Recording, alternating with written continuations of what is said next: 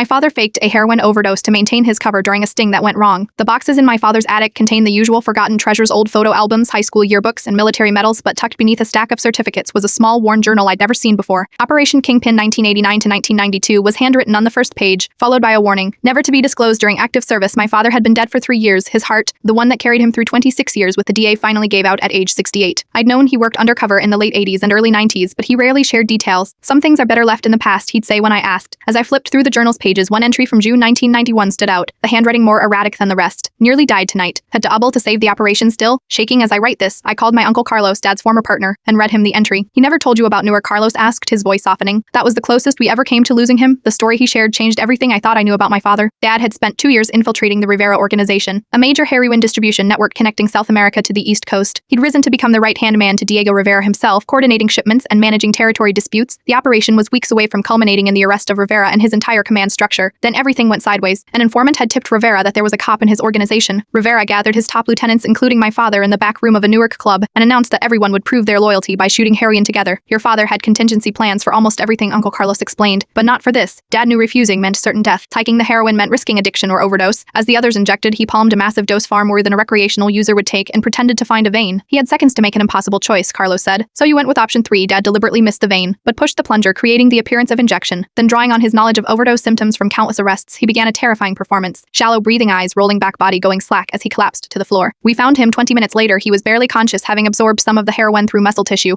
but still managing to maintain the deception. The emergency team treated him with Narcan while keeping up appearances of a standard overdose case. When hours, though still weak, he insisted on returning to his undercover apartment. The gamble paid off, Carlos said. Rivera called the next day, concerned about his reliable lieutenant. The fact that Rivera left him to die actually removed all suspicion that he might be a cop who abandons a valued team member unless they truly believe they're a junkie who messed up. 3 weeks later, the operation concluded with 57 arrests and the seizure of heroin worth over $40 million.